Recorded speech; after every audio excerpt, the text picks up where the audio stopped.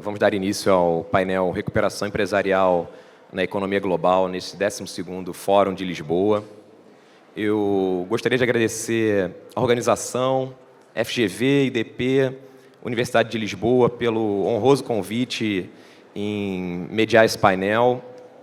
Eu tive a oportunidade de acompanhar muito de perto o crescimento, o desenvolvimento e a consolidação deste evento como o mais importante evento político-jurídico do Brasil e um dos grandes eventos para o debate de ideias no mundo, né? E me sinto particularmente honrado em mediar esse painel com amigos queridos, pessoas que têm a minha total admiração.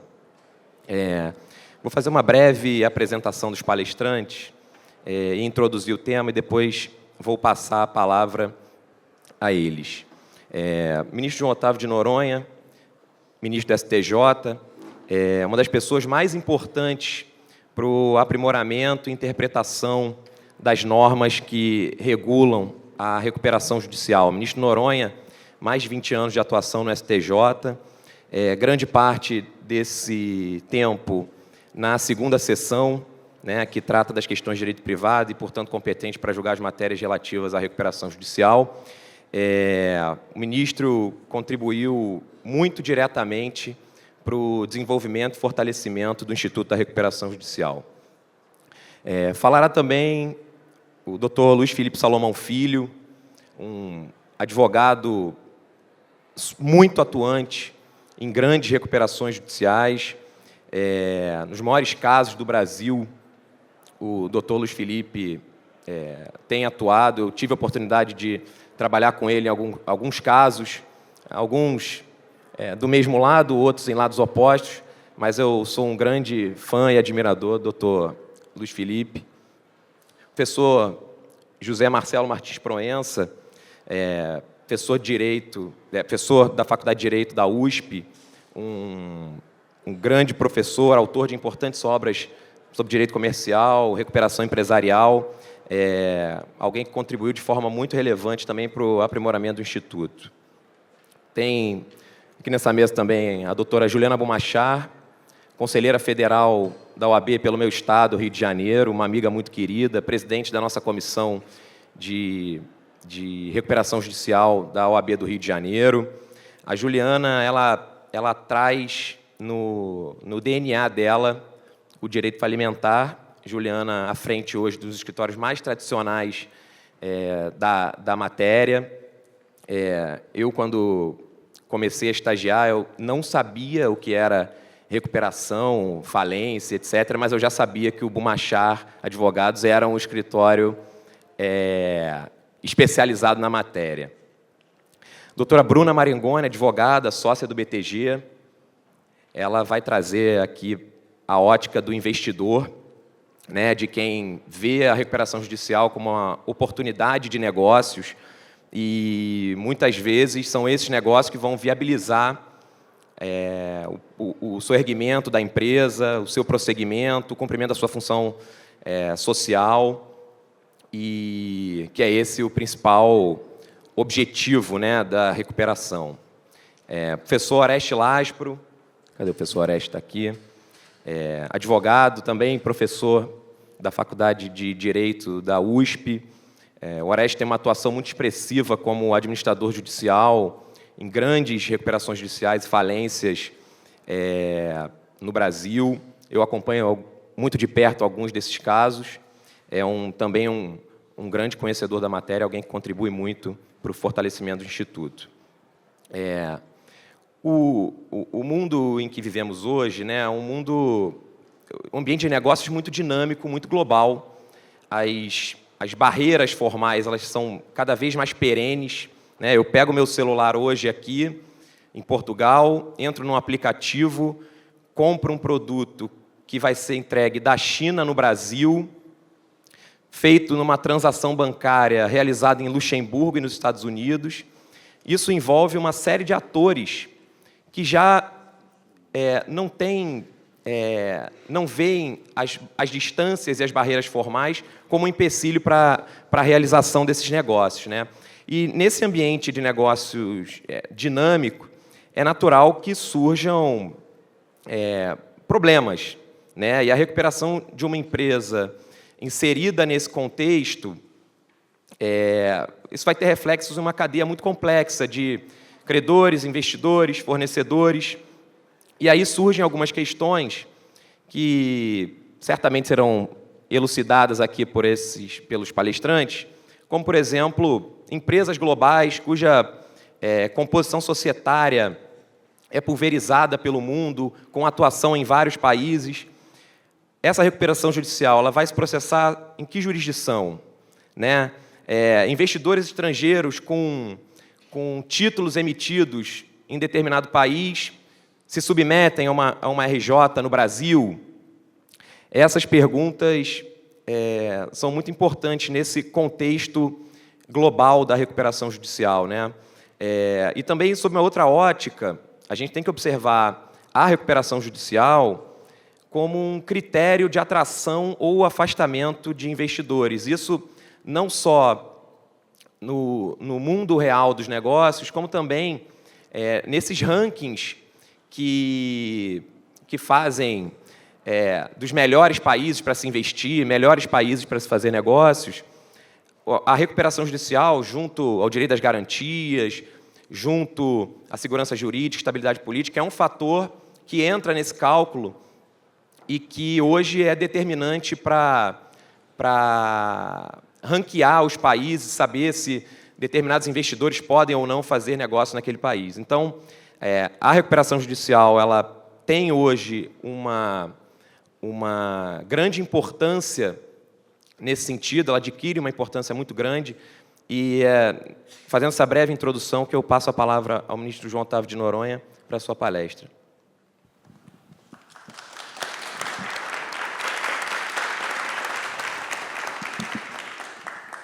Bom dia a todos. Eu começo por saudar o Tiago Gonzalez, meu querido amigo de longa data, que está presidindo esse painel. Saudar também o jovem Luiz Felipe Salomão, advogado que está se dedicando também à área da insolvência civil. O nosso professor Zé Marcelo Martins Proença, da Universidade de São Paulo. Doutora Juliana Bumachá, que, aliás, é uma mulher que eu descobri muito forte, muito brava, porque eu perguntei ao marido dela, vai assistir a palestra? Ele diz, como corajoso, o mercado não me conhece. Estarei. A doutora Bruna Morengoni, do BTG, e também advogada militante nessa área. E o talentoso Oreste Nestor de Souza lá, também professor da universidade, já nosso velho amigo. Que bom estar numa equipe de jovens talentosos. Eu quero saudar também o Padre Guerra, que a sua vinda à Europa traga a paz. Ele é meu candidato a Papa, eu já disse que nas próximas eleições, quando a fumaça sair, ele vai ter que me doar os bens, que o Papa não pode ter patrimônio. Não é? Quero saudar o Eduardo, meu genro, que está me trazendo mais um neto. Eu sou um homem muito feliz e cada vez mais completo, aumentando, né? O Sandro, que está... E saudar todos vocês. Eu tenho óculos para enxergar longe, eu já usei, porque eu vi quem está aqui, quem está na palestra e quem não está. Porque quem não está, este ano eu não atendo mais no gabinete. Não é verdade? É reciprocidade.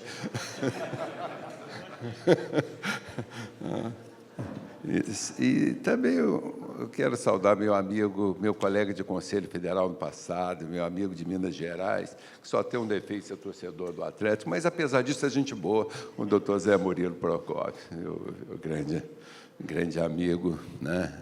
Seu filho. Mas professora Meriel, que está aqui também, minha velha amiga, já dos tempos do direito público no STJ, quando ainda ousava falar sobre direito tributário, eu era um aprendiz dela, certamente. Mas saudar a todos vocês e um prazer enorme estar aqui, agradecendo o Cid, o ministro Gilmar, pelo convite de participar. E o tema que eu escolhi, como nós temos só 10 minutos, que vou começar a cronometrar aqui para não termos, né, não passarmos mais que 40 minutos. Mas o que é mais importante aqui nesse tema hoje é falar sobre algo que é muito importante: crédito. Crédito em recuperação de empresas. E por que é importante? Porque é fundamental falar sobre crédito. De que vale estabelecer um plano de recuperação da empresa que não tem fluxo de caixa para tocar o seu empreendimento? Eu quero falar do crédito, mas não aquele crédito que antecede o ajuizamento da recuperação de empresa. Eu quero falar do crédito que a empresa necessita após o ajuizamento da recuperação. É fundamental a gente entender que o novo Instituto da Recuperação de Empresa difere filosoficamente da antiga concordata. Não é um favor legal, não visa socorrer o devedor, visa recuperar um ente que tem uma função social chamada empresa. Empresa entendido como a organização da produção para a produção, a organização para a produção de bens. Então, observem os senhores, de que vale processar uma concordata em que a empresa não consegue desenvolver um fluxo de caixa para atender, para dar continuidade aos seus negócios.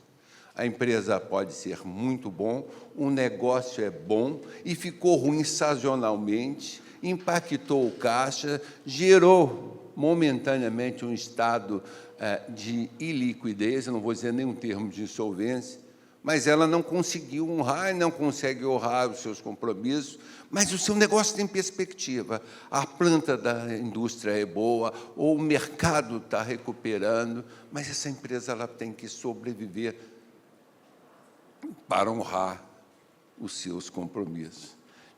Pouco adianta. E a experiência me mostra, nesses 40 anos de exercício da advocacia, mas comecei muito cedo, estava praticamente no primário, mas eu posso dizer, entre advocacia e direito, 40 anos de exercício de direito, eu posso dizer a vocês de que nós vivemos um momento muito diferente da concordata. Nós vivemos um momento muito diferente da falência do passado. O devedor falido era um devedor repudiado, socialmente reprovado. O devedor em concordata era um devedor, era um empresário visto com desconfiança. O mundo moderno é o mundo dos negócios. Negócio envolve risco. Negócio envolve risco. Não tendo má fé, não tendo dó, nós não temos por que repudiar qualquer empresário que se aventurou, que se prontificou a arriscar seu patrimônio, o seu tempo, a sua saúde, a sua vida, para explorar um ramo de atividade negocial, proporcionando emprego, pagando tributo, fazendo com que este país cresça. Então, nós estamos num outro momento. Bom, mas essa empresa, como eu dizia, ela necessita de crédito. Ela precisa restabelecer seu fluxo de caixa para dar continuidade à produção, à comercialização, para poder produzir eficazmente. Agora, surge a questão. Mas o crédito que eu vou conceder, e aqui eu quero dizer que eu não estou falando de crédito, sobre o assunto que eu vou falar, que é Deep Finance, não estou falando de crédito concedido exclusivamente por banco. Pode ser por outra empresa, pode ser por sócio da empresa, pode ser por qualquer pessoa que disponha a financiar a empresa em recuperação. O que se pergunta, o que se questiona, mas esse crédito novo, que vai viabilizar o fluxo de caixa da empresa, que vai mantê-la no comércio, que vai mantê-la na indústria, que vai mantê-la em produção, seria razoável aplicar a ela os mesmos critérios de preferência para o crédito que antecedeu o ajuizamento da recuperação? E a resposta é negativa, não. Porque se assim se entender, ninguém vai se dispor a financiar essa empresa. Ela não vai se restabelecer, ela não vai continuar dando emprego, ela não vai continuar produzindo. É preciso imunizar esse crédito. É preciso assegurar garantias diferentes, mais eficazes para o novo crédito, para que os investidores vejam nessa empresa em recuperação um ponto de atração. Descartemos. No mundo dos negócios, não há favor, não há caridade. Não há caridade. A propósito, Padre Guerra, quando Vossa Excelência for Papa, eu quero ser o seu jurista. Vou ser diretor do Banco de Roma para emprestar dinheiro a juros.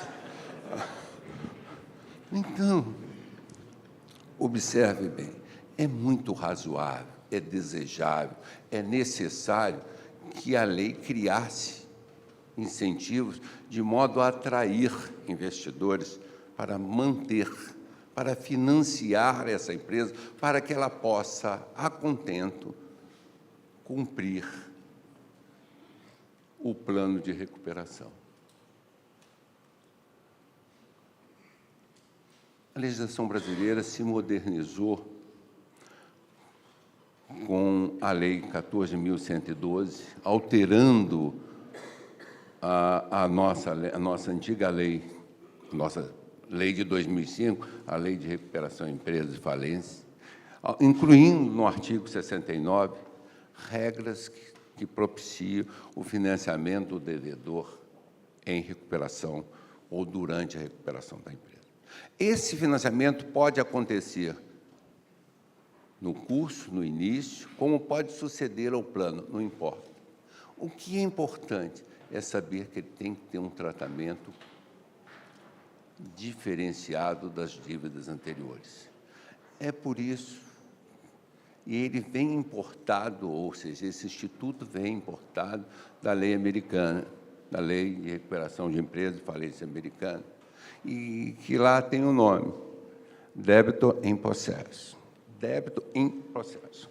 Portanto, débito de, in, e, processo B. Traduzindo, seria devedor em posse, ou posse do devedor. Por que esse nome em inglês? Porque no sistema americano, a recuperação de empresa constitui uma massa sob a administração do empresário. Não é o nosso sistema. Mas importamos a ideia de financiar, de possibilitar o financiamento de lá. Portanto, o Instituto vem com seu nome. Veio DIP, débito em processo, DIP. DIP Finance, financiamento do devedor em insolvência. Essas regras restaram inseridas no artigo 69, a linha A, 69A, B, C, vai até o F, tratando exclusivamente do financiamento. A lei trata exclusivamente, nesses dispositivos, do financiamento concedido à empresa em recuperação. O que diz, primeiro? Primeiro, depende de autorização judicial. Se não depender, salvo se já tiver no plano de recuperação. Se depende de autorização judicial, decisão judicial que concede pode ser revogada. Pode ser revogada pelo próprio juiz, pode ser revogada depois pelo tribunal. Isso geraria um estado de perplexidade e de insegurança. A lei resolveu. A lei diz, concedida a autorização, contraído o empréstimo, não se pode mais revogar, não se pode declarar ineficaz, não se pode declarar nulo. O empréstimo há de ser tratado como se válido fosse, ainda que uma decisão posterior venha a ser proferida. E mais, se o empréstimo é de liberação parcial, o que já foi liberado, ainda que revogada a decisão, há de ser cumprido. Do que não se liberou, não libera mais. Mas garante-se a recuperação do capital mutuado.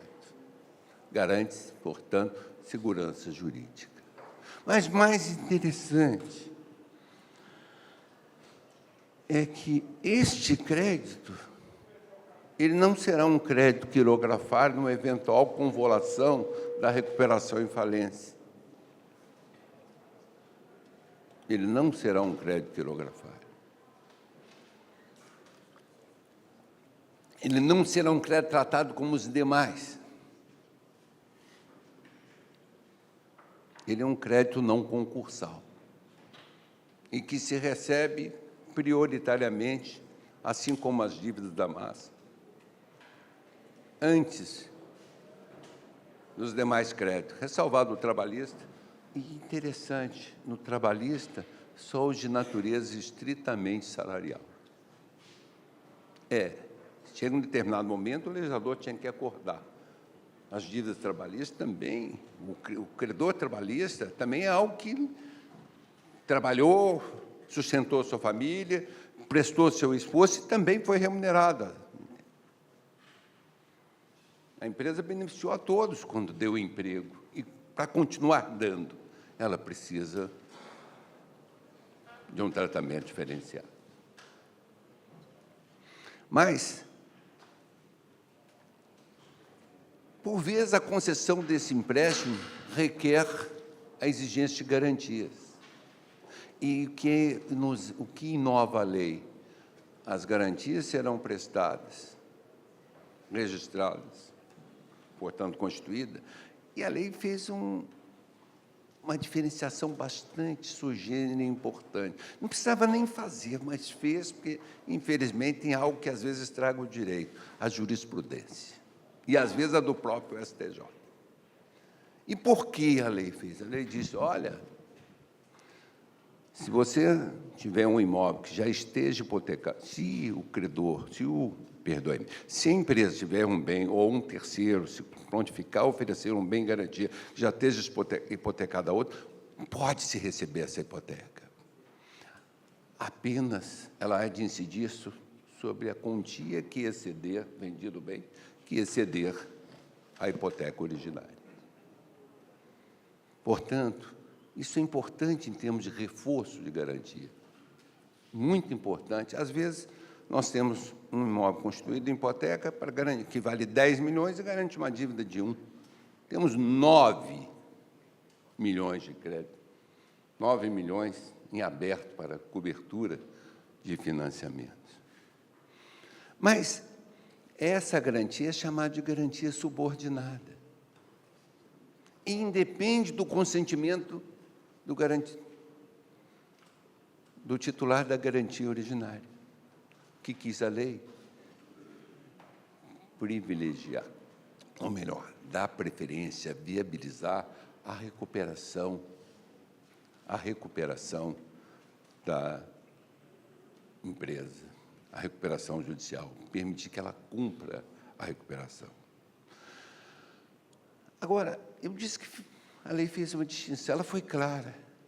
A garantia subsidiária não se aplica a qualquer modalidade de alienação fiduciária ou cessão fiduciária. E, claro, na alienação fiduciária, a transferência da propriedade, o bem não pertence mais a quem dele tem posse, mas pertence a um credor específico, com transferência da titularidade sob uma condição resolutiva. Quando quitar o financiamento, transfere-se a propriedade a um ex-devedor, que agora se torna proprietário. Portanto, foi muito importante. Mas o que é mais importante é que o legislador não quis privilegiar banco. Quem pode financiar? Qualquer pessoa, inclusive credores sujeitos ou não à recuperação judicial, familiares, sócios, integrantes do grupo do devedor. Ou seja, ampliou. Ninguém vai dizer, não vou pagar o fulano porque ele é pai. Depois é pai do devedor. Ou é pai dos sócios da empresa. A lei abriu o leque. E para quê?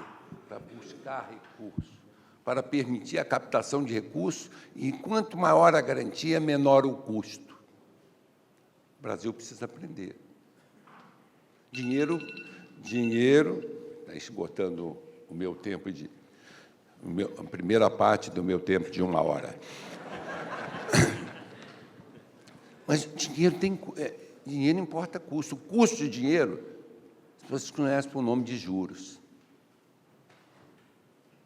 E juros é preço. Preço do dinheiro. E essa precificação se leva em conta disponibilidade de capital, risco legal que inclui o risco judicial, cobro rápido, demoro a cobrar, preço maior. O ministro Rui tinha uma expressão feliz, o ministro Rui Rosado, falecido ministro Rui Rosado, um dos maiores ministros da CJ, ele dizia: dinheiro que se empresta fácil, cobra-se fácil. É assim que se incentiva a captação. Empresta fácil, cobra-se fácil, executa-se. A celeridade na cobrança tem impacto direto no preço do dinheiro, portanto, na fixação da taxa de juros. Mas o mais importante, eu repito, é que esses créditos são considerados extraconcursais e, consequentemente, hão de ser pagos com precedência sobre aquele elenco do artigo 83, com precedência. E, se assim não fosse, ninguém ousaria de investir em uma empresa em recuperação.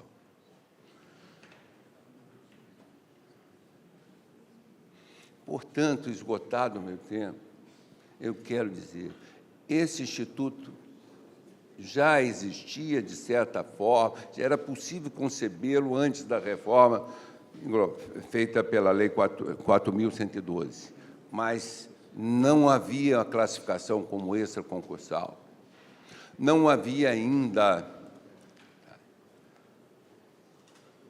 Turma do Rio sempre pontual, estava na praia.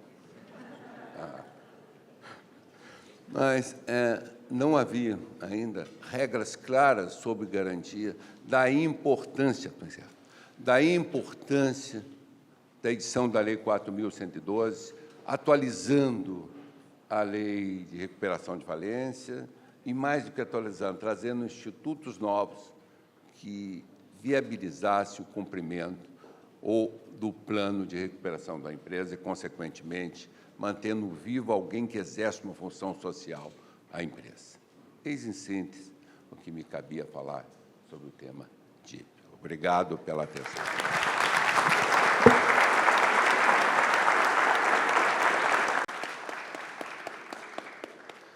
Muito obrigado, ministro Noronha. Um tema absolutamente relevante. O Deep Finance foi uma inovação legislativa, né, uma importação do direito estrangeiro, mas uma importação muito feliz e que já era admitido pela jurisprudência, mas a sua previsão legal traz muito mais segurança para o investidor, e acho que isso é muito, muito, muito importante para oxigenar uma empresa em recuperação que tem, por razões óbvias, dificuldade em obter crédito, né? Eu queria apenas fazer alguns cumprimentos. Gostaria de cumprimentar o ministro Alexandre de Moraes, gostaria de cumprimentar também o ministro Sebastião Reis, ministro Cueva, que vejo aqui também, ministro Afrânio e o ministro Nelson Jobim. Cumprimento a todos, cumprimento também o Dr. Sidney Gonzalez. Eu passo a palavra agora ao professor José Marcelo Martins Proença, que vai falar sobre enforcement no Brasil de recuperações judiciais em outros estados. O senhor tem a palavra, professor. Muito obrigado. Bom dia a todas e todos. Agradeço o convite para estar aqui novamente em Lisboa, e o faço e gostaria de fazer em nome do eminente Vitor Fernandes, conselheiro do CAD, e parabenizo toda a organização. Falar numa mesa como essa não é fácil. Agradeço as palavras do senhor ministro, que me antecedeu.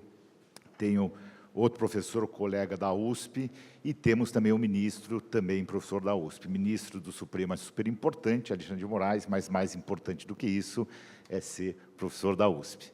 Não é, ministro? Não é? Agradeço a presença dos alunos, ex-alunos da USP aqui também estão, orientando de doutorado, Alan.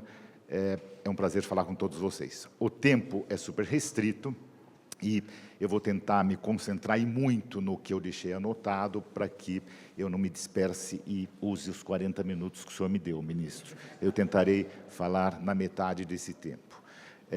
Vou dividir minha fala muito rapidamente em dois tópicos. Primeiro, eu acho que nós temos que, e relembrando muito do que o ministro acabou de nos falar, verificar justamente a eficiência econômica e a recuperação judicial. E depois fazer uma revisão, mesmo que rápida, e eu quero trazer alguns números aqui trazidos na minha última obra acadêmica de recuperação judicial, para saber quanto que o enforcement no Brasil, do que nós temos em regras nacionais e internacionais de recuperação, estão sendo cumpridos. Não é?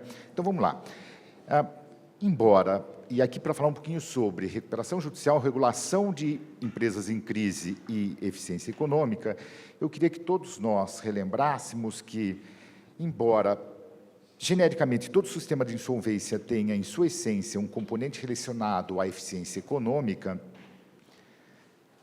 consequência da retirada do mercado de agentes inviáveis, foi só no final do século XX, no início do século XXI, que houve um esforço técnico sistemático para entender e, posteriormente, replicar os motivos de eficiência do deferimento de estruturas jurídicas.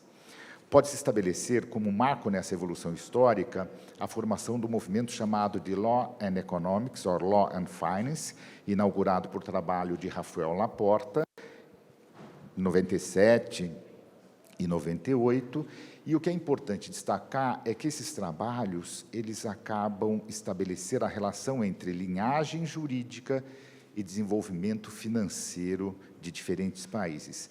E daí, identificando diferentes fatores ou fatores muito próximos e mecanismos que contribuiriam para um estágio superior de alcance financeiro. Então, como bem mostrou o ministro, talvez bem protegendo credores, talvez protegendo acionistas, inclusive minoritários, verificando justamente a qualidade de execuibilidade dos créditos, dentre tantos outros, ou execuibilidade de contratos, seja sempre muito importante para regular um sistema de proteção de credores para permitir uma boa estratégia de recuperação de empresa em crise. Muito bem, um desses mecanismos para maior desenvolvimento financeiro seria a ampliação da eficiência do sistema de insolvência, ou seja, os motivos de eficiência estariam relacionados. E aqui são dois tópicos que eu gostaria muito de relembrar com todos e todas, e para que isso ficasse sempre na nossa reflexão. Primeiro, a rápida eliminação do agente econômico inviável me parece algo extremamente importante para uma eficiência econômica de um país. Em segundo lugar, fortalecimento de uma estrutura adequada para a eficiente reestruturação da empresa viável. Se é viável, temos que ter estrutura para levantar. Se é inviável, não tem como manter aquele agente econômico no mercado, mesmo considerando a função social da empresa. Muito bem. Na esteira dessas construções, o Banco Mundial publicou em 2001 os Principles and Guidelines for Effective Insolvency and Creditor Rights Systems, uma espécie de guia sobre as melhores regras e práticas na área de insolvência. Posteriormente, esse guia recebeu atualizações em 2005, 2011 e 2015, e houve também a publicação do Insolvency and Creditor Rights Standard em 2011. Dessa breve narrativa, extrai-se as razões de uma constatação relevante. A estrutura de sistemas de insolvência na economia global convergiu significativamente nos anos, ou melhor, nos últimos 20 anos, nesse século. Há, claro, diferentes graus de eficiência da sua aplicação, mas há uma maior similitude estrutural. Muito bem. O que se tem no Brasil? Uma análise da evolução da produtividade total em diferentes países demonstra que o Brasil, infelizmente, vem perdendo espaço.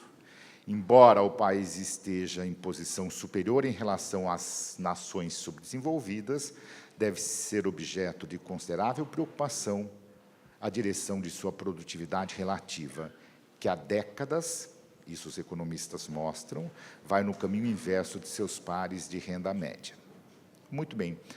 A preocupação, e sem se trazer questões econômicas ou financeiras, a preocupação é o que é que pode se ter em termos de processo ou procedimento de recuperação de empresas no que diz respeito a um desincentivo de investimento no país e aumento de produtividade do país. Muito bem. Tenho a impressão de que, e eu precisaria de mais 10 minutos para tratarmos disso, e não vou fazer, é de que nós teríamos que, sem dúvidas, pensar que inovação criativa pode gerar problemas, há risco, e se é viável a continuidade do trabalho, eu preciso de uma estrutura jurídica que permita a reestruturação da empresa em crise viável, e, de outro lado, uma inviabilidade pelos motivos trazidos pela inviabilidade para que ela seja retirada do mercado o quanto antes. Muito bem. Agora eu vou pedir desculpas pelo tom de pessimismo, mas depois eu vou trazer algum otimismo na minha última frase, mas eu queria que nós fizéssemos uma brevíssima revisão do que nós temos. Nós tivemos uma nova lei de recuperação de empresas em 2005, todos conhecem muito bem a nossa Lei 11.101, e o que eu gostaria que relembrássemos, e muitos aqui da sala, não muitos, alguns aqui da sala têm idade para relembrar, como foi a exposição de motivos da Lei 11.101, assinada pelo senador Ramstad. O que se previa lá é, agora, a gente tem uma legislação super necessária para revogar o decreto tão obsoleto que tínhamos do século passado. E qual é a perspectiva? Proteção de credores. Qual que é a perspectiva? Função social da empresa, mantendo no mercado aquele agente econômico que organiza fatores de produção, que gera empregos e que paga tributos. O que mais se tem? Posição ativa de credores para acompanhar e incentivar a recuperação daquela empresa. O que mais se tem na Lei 11.101 tem justamente, vai ter a redução dos juros no país, porque credores, com essa nova lei, terão justamente muito mais segurança do recebimento do seu crédito. O que mais tem na exposição de motivos, de lado do senador Ramstad, que trazia tanto otimismo, celeridade num procedimento de falência que permite a venda antecipada, imediata, dos ativos arrecadados num processo falimentar. Muito bem. Então, queria só que pensassem bem, na exposição de motivos, uma nova lei que vai trazer participação ativa de credores, celeridade e eficiência nos processos judiciais, maximização do valor dos ativos do falido, e no artigo 50, uma lista apenas exemplificativa de formas de recuperação de uma empresa. O que se vê em concreto? Infelizmente, o que se vê em concreto são planos de recuperação em processos judiciais idênticos para agentes econômicos absolutamente distintos. Numa determinada passagem, vou aproveitar para fazer propaganda da minha última obra. Pode, ministro? Eu trouxe aqui porque eu não sei mesmo de cabeça tudo isso, mas numa passagem desse último livro aqui publicado de recuperação de empresas, eu tenho aqui justamente a forma de recuperação da empresa constante em planos de recuperação. 99,46% dos planos trazem concessão de prazo pelos credores. 72,41% concessão de desconto pelos credores. Desconto e prazo em mais de 99% dos processos de recuperação. Não obstante, o artigo 50 na lei, que traz exemplificativo formas exemplificativas de recuperação, parece um retorno à antiga concordata. Muito bem. Tem outras apurações, mas essa é a mais importante nesse momento. Sobre a celeridade e eficiência do processo falimentar, que está na exposição de motivos e que, justamente em razão da venda antecipada e maior segurança procedimental no processo falimentar, o que se tem? O professor da PUC, recentemente, numa entrevista ao jornal, Sacramone, Marcelo Sacramone, mostrou que, no nosso país, leva-se de 16 anos para arrecadar 6% das dívidas de uma empresa falida.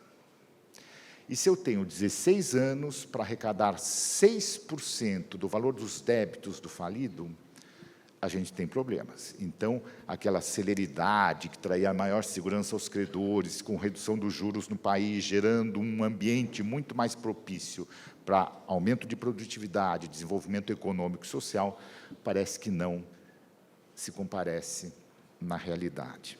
Muito bem. Então, eu queria apenas trazer duas importantes constatações da atual realidade brasileira. Não é toda e qualquer empresa em crise que pode se recuperar mediante processo de recuperação. E processo de recuperação deve ser um respiro para a atividade economicamente viável e deve-se trazer explícita e objetivamente o plano de recuperação, forma ou formas para a superação da crise. Talvez alteração do sistema produtivo, afastamento dos administradores, afastamento dos antigos controladores, com remissão parcial apenas de dívida e alguma coisa nesse sentido. Muito bem. Em sendo assim, eu vou trazer muito rapidamente, ministro, duas situações hipotéticas. Qualquer semelhança com o caso real é pura coincidência.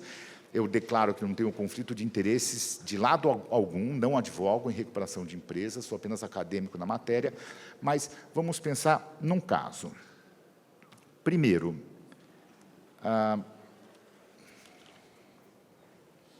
empresa reconhecidamente fraudou suas demonstrações contábeis, mascarando seus resultados reais por anos. Deflagrada a fraude, evidenciada fica a sua grave crise financeira. Primeira constatação, essa empresa é economicamente viável? Provavelmente não, porque se fosse, talvez não precisasse mascarar suas demonstrações financeiras. Então, se a causa da crise foi a fraude, o que ela precisa fazer para sair da crise? Requerer que os credores deem um desconto de 50%, 60%, 70%, 80% do seu crédito? E o restante para ser pago em 10, 15, 20, 30, 40 anos? Mantendo a situação atual de uma empresa que mascara suas demonstrações financeiras, parcelamento de dívida e remissão importantíssima da dívida é o respiro para ela se recuperar? Me parece que não. Me parece que tirar a inviabilidade ou fazer com que aquela empresa torne-se efetivamente viável é tratar no que diz respeito à sua administração. É determinar que os responsáveis pela infração legislativa sejam condenados a reembolsar aquilo que foi indevidamente causado de prejuízo para a companhia. Muito bem. Mantida a má gestão, a crise subsistirá e reaparecerá em breve. Resolvido num plano de recuperação, não com 99,5%, só com remissão e desconto. Resolvida a causa da crise no plano de recuperação, daí sim, talvez seja um agente econômico recuperável e com responsabilidade social para a recuperação. Segunda hipótese, imaginem que, mesmo havendo sistemas super importantes no mundo para você controlar riscos e bem conhecer riscos e talvez trazer segurança para os riscos assumidos, uma empresa, na sua administração, assume riscos relevantíssimos. Num determinado momento, quando esses riscos não se concretizaram, administradores e acionistas receberam quantia relevantíssima de remuneração. Contudo, num determinado momento, por questões de mercado, aqueles riscos se concretizam, a empresa entra em gravíssima crise financeira. Muito bem, entra em recuperação e os credores pagarão a conta. Será que a recuperação deve se dar apenas com remissão e desconto? Ou a recuperação deve se dar com previsão no plano de que aqueles riscos exacerbados assumidos serão regidos desta forma? programa de controle de riscos, auditorias, nova administração e assim por diante. Então, vejam, artigo 50 da nossa lei, absolutamente em desuso no nosso país, com uma visão muito clara de uma volta a um sistema obsoleto de concordata, perdendo uma grande chance que nós tenhamos no Brasil uma aplicação da lei de recuperação de empresas muito próxima do que se tem de guidelines desde 2001 no mundo. Só queria, e aqui citando uma entrevista do Marcos Barbosa Pinto, como vocês sabem, ex-CVM e hoje no governo, onde se pergunta a ele, mas se eu tenho uma posição ativa de credores, e credores vão às assembleias para votar ou não e aprovar o plano, por que aprovam um plano como esse?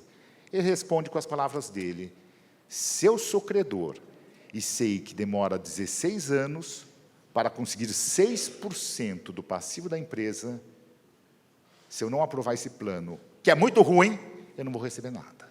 Então, vamos lá, vamos ver o que vai acontecer. As palavras hoje, na recuperação judicial, os credores têm muito medo de ir para a falência, porque se sabe que não se arrecada nada.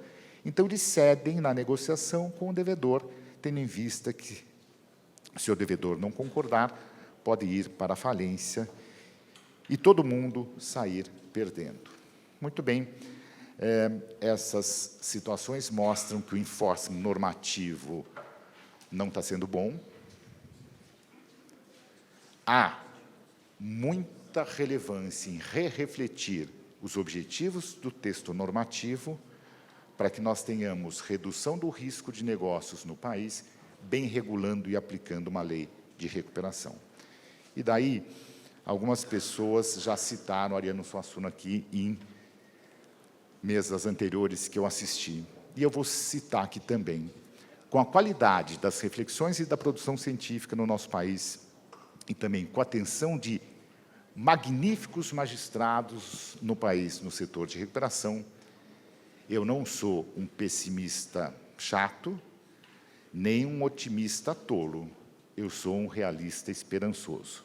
Continuo tendo esperança que a nossa legislação possa ser muito bem aplicada nesse país, com muita e trazendo, portanto, muita eficiência econômica. Pedindo desculpas, senhor presidente, a todos pelo tempo alongado. Obrigado. Obrigado. Passo a palavra agora ao Dr. Luiz Felipe Salomão Filho.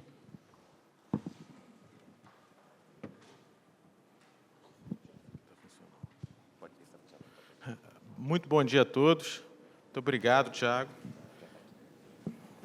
Queria iniciar, e não poderia deixar de ser diferente, fazendo uma saudação primeiro e um agradecimento ao Sidney Gonzalez e ao ministro Gilmar, decano do Supremo Tribunal Federal, pelo convite, que muito me honrou, e também os cumprimentar pela dimensão que esse Fórum de Lisboa tomou.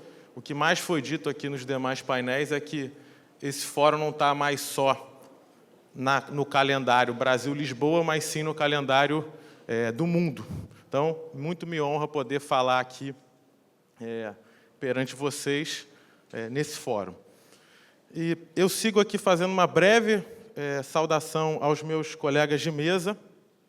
Primeiro, é uma honra poder falar na mesma mesa que o ministro Noronha, que muito moldou a jurisprudência que eu vou falar aqui adiante, antes da passagem pela presidência do STJ, e agora, novamente, com assento na 4ª turma do STJ, vem novamente moldando precedentes e jurisprudências que auxiliam muitos operadores do direito na condução da insolvência, na condução da utilização da Lei de Recuperação Judiciais e Falências.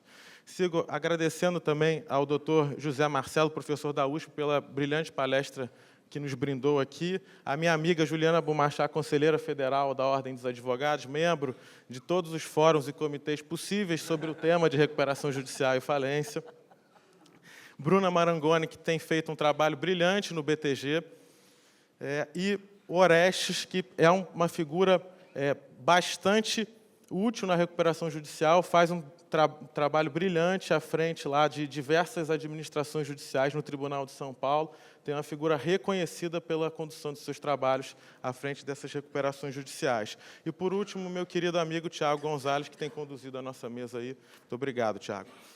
Eu vou pedir licença ao moderador, ao Tiago, para fazer algumas saudações que eu não posso deixar de fazê-la. Primeiro, eu queria agradecer a breve presença do ministro Alexandre Moraes, que esteve aqui anteriormente, e do presidente Nelson Jobim, que há pouco estava aqui também, é uma pessoa de quem eu sou muito fã. Seguindo, queria agradecer também a presença do ministro Cueva, ministro Humberto Martins, nosso sempre presidente do STJ, ministro Afrânio e o ministro Sebastião, de quem eu já peço as fotos que ele estava tirando ali anteriormente, que são sempre muito boas. Era o minha. Não, ele tirou minha também, Juliana. Agradeço também a presença, e não poderia deixar de fazê-los, de desembargadores do meu Tribunal de Justiça do Rio de Janeiro, a quem faço nas pessoas do terceiro vice-presidente do meu tribunal, Maldonado, desembargador Mauro Martins e desembargador Augustinho, que me honram muito a presença aqui. Agradeço também a presença do conselheiro Bandeira, nosso estimado senador lá na frente do CNJ. O MP, na pessoa do Procurador-Geral de Justiça do Rio de Janeiro, Luciano Matos, que estava aqui há pouco.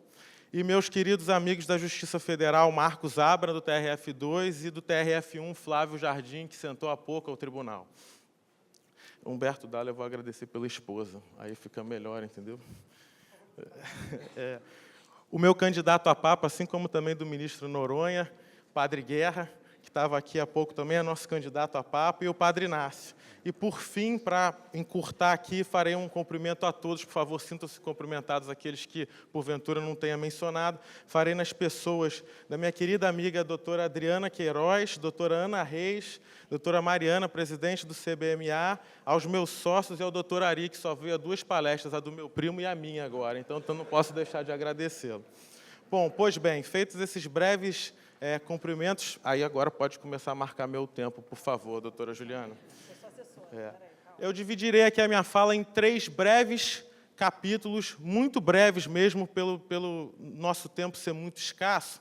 E, já entrando no primeiro deles, eu queria falar sobre um tema que eu considero de extrema relevância para a parte de insolvência, que é a atualização legislativa. Isso porque as relações comerciais entre as empresas, as relações comerciais entre os países, o jeito que você estrutura uma dívida, o jeito que você reestrutura uma dívida, eles têm uma dinâmica muito veloz. Então, as relações comerciais, as relações empresariais ocorrem numa velocidade muito alta, que muitas vezes não é a mesma velocidade que o legislador consegue imprimir para alterar essa realidade legislativa e se equiparar às mudanças que ocorrem no meio e no ambiente de negócios.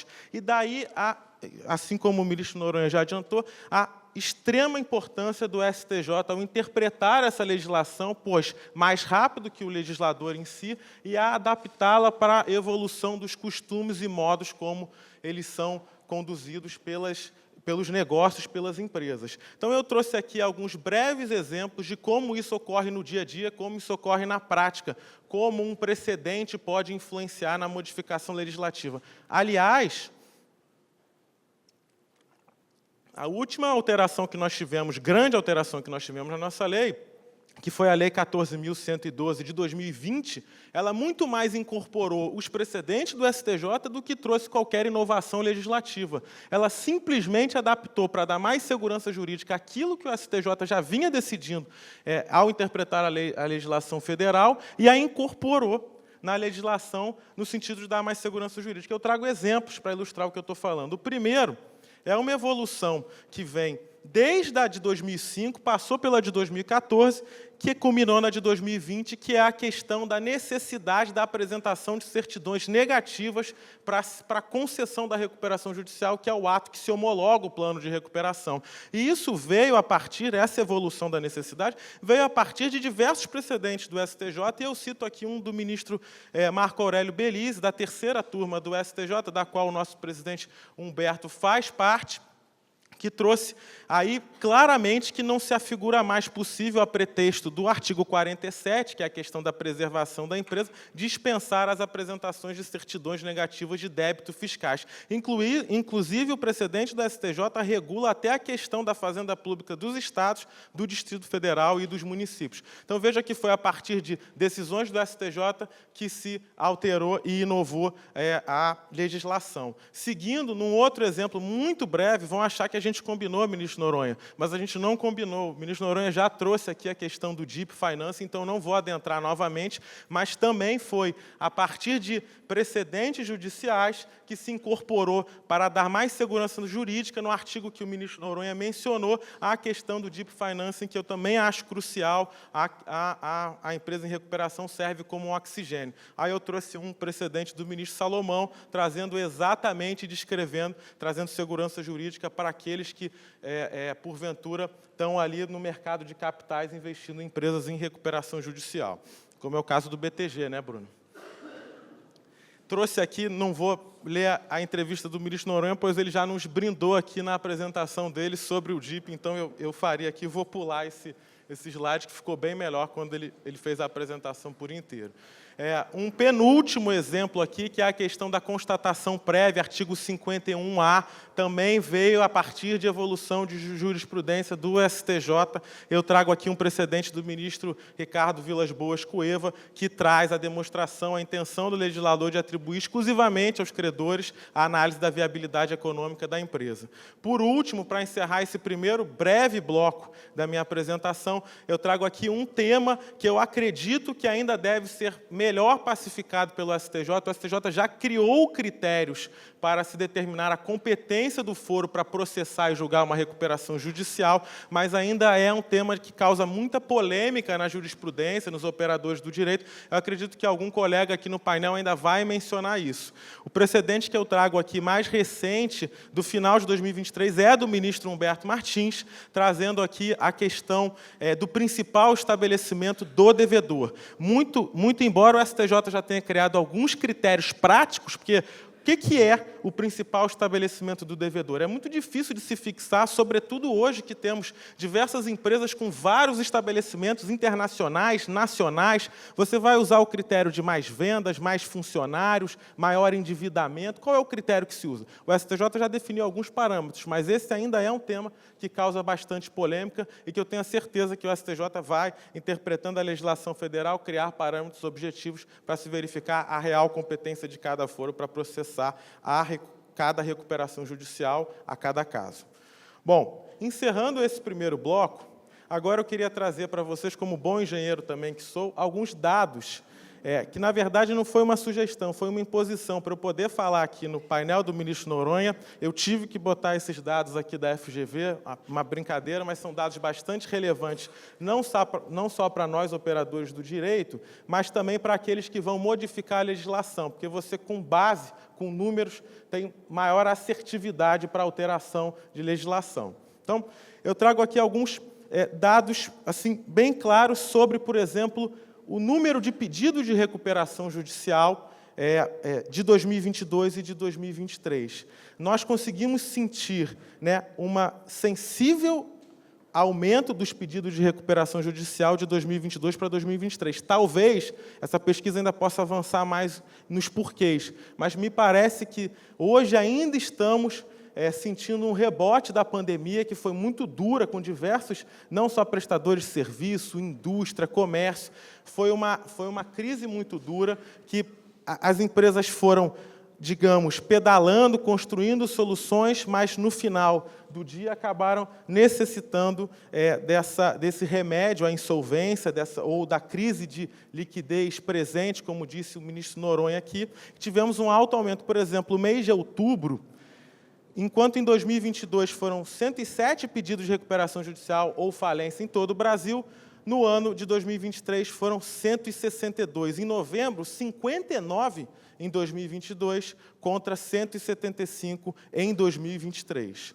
Um outro dado muito relevante para os operadores do direito é a divisão que a pesquisa foi capaz de fazer entre setores da economia e tamanho da empresa. Vejamos aqui, por exemplo, os setores comércio, indústria, serviços, primário. Podemos verificar que o setor de serviço, em 2023, foi o mais afetado, com 651 pedidos de recuperação judiciais somente no setor de serviço. Na questão do tamanho das empresas, a gente verifica que, entre micro e pequena empresa, média empresa e grande empresa, a gente teve, obviamente, as que vão para o jornal são aquelas das grandes empresas. Então, a gente tem alguns. mas são aqueles que vão para o jornal, então a gente tem a percepção de que essa crise se espalha, sobretudo, nas grandes empresas, o que não é verdade. Se a gente for olhar nos dados da pesquisa, quase 1.000 pedidos de recuperação judicial ou falência vieram de micro ou pequenas empresas, aí incluído também as recuperações judiciais do produtor rural. Então, teriam diversos outros dados para eu passar aqui, mas, em benefício do tempo, eu vou apenas colocar o que mais essa pesquisa conseguiu trazer.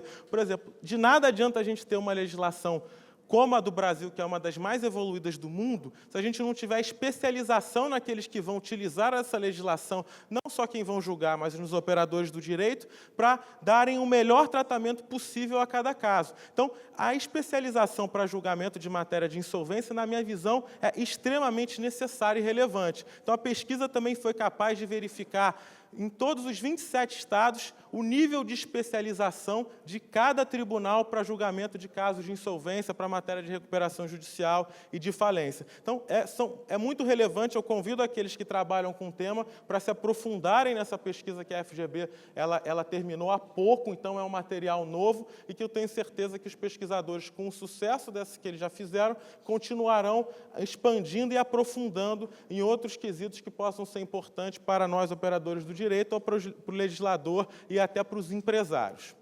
Pois bem, agora, assim, um último exemplo antes de entrar na minha conclusão, eu trago aqui também outro efeito prático das recuperações judiciais de 2 casos grandes, Juliana, que a gente teve a oportunidade de contribuir para a reestruturação das empresas. O primeiro é o Grupo Petrópolis, fabricante de cerveja, então a gente atuou com muito afinco nesse caso, né, porque realmente é uma atividade bastante indispensável, e podemos ver que uma recuperação que durou apenas 6 meses foi capaz de soerguer uma empresa que tem uma geração de tributos muito relevante para os cofres públicos, mais de 25 mil funcionários, onde nenhum foi demitido nesse caso em específico, e a aprovação do plano contou com mais de 96% de aprovação dos credores. Então, veja que o Instituto conseguiu gerar um ambiente de negócios favorável para que se chegasse a um consenso, inclusive, com os credores, que são grandes interessados na recuperação. Um outro caso que gerou muita polêmica, que é o caso Light, que teve o seu plano de recuperação judicial homologado há muito pouco tempo, foi há 2 semanas atrás.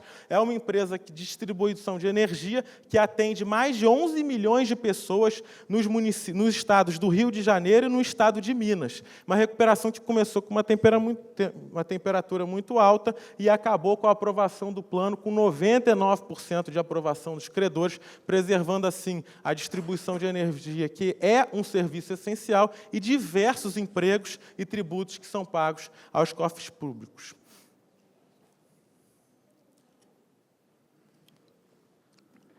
Pois bem, feita essa ressalva prática aqui, como conclusão e como, digamos, mensagem, há de se falar também que nem tudo são flores. O Instituto funciona, o nosso Instituto é atualizado, se comunica com outros países, não raro, e a Juliana ela já teve experiências como essa, são necessários atuação em mais de uma jurisdição internacional para se viabilizar o processo de soerguimento. No entanto, não se desconhece eventuais excessos e abusos desse Instituto da Recuperação Judicial em prejuízo a credores, ao investidor internacional e nacional e à segurança jurídica. E, nesses casos, assim como comecei a minha apresentação, termino, agora me encaminhando para a conclusão, que a resposta está no STJ.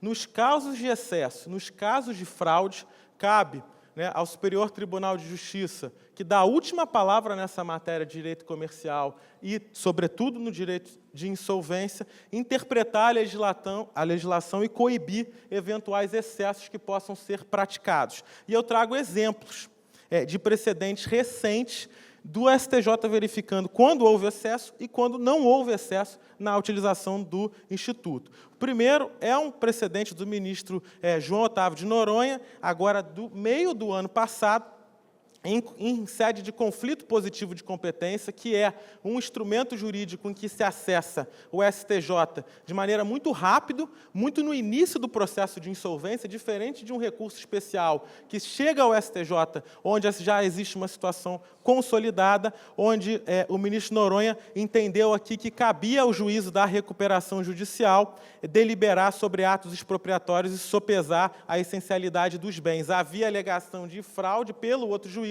e o ministro Noronha entendeu, nesse caso, ser competente o juízo da recuperação para questões de propriedade da empresa, passíveis de constrição e, obviamente, a solidez do fluxo de caixa.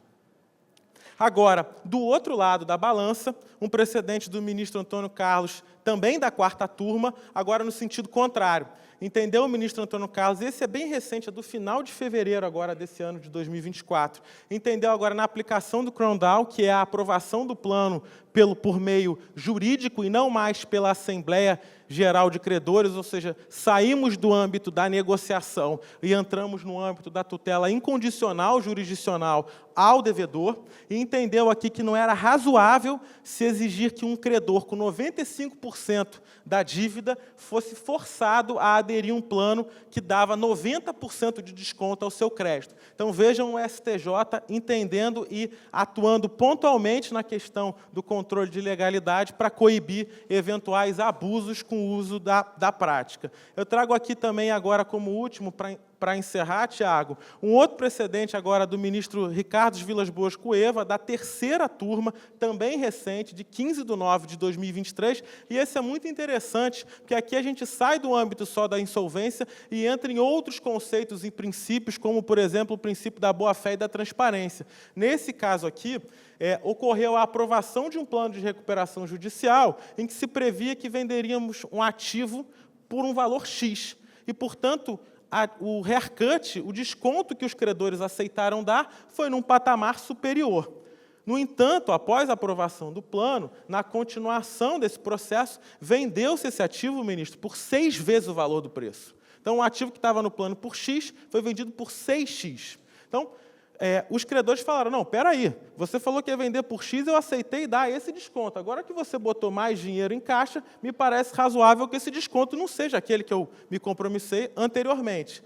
E o tribunal entendeu que não cabia, a pedido dos credores, a revisão do plano. Esse assunto subiu para o STJ, e o STJ, ao contrário, proveu o recurso especial dos credores, dizendo, não, espera aí, pelo princípio da boa-fé e da transparência, se você conseguiu vender esse ativo por um valor maior do que você havia se comprometido, por essa razão também os credores devem ser oportunizados nova oportunidade de votar num plano que seja substancialmente melhor a eles. Então, vejam aí alguns precedentes de ambos os lados e como o STJ tem atuado pontualmente em alguns casos específicos para coibir eventuais abusos dos devedores na utilização do Instituto. Então, eu concluo aqui novamente trazendo os pontos-chave da minha apresentação, que é a necessidade dessa evolução legislativa acompanhar as transformações empresariais que acontecem nesse mundo de insolvência, no mundo dos negócios, que são muito rápidas e dinâmicas.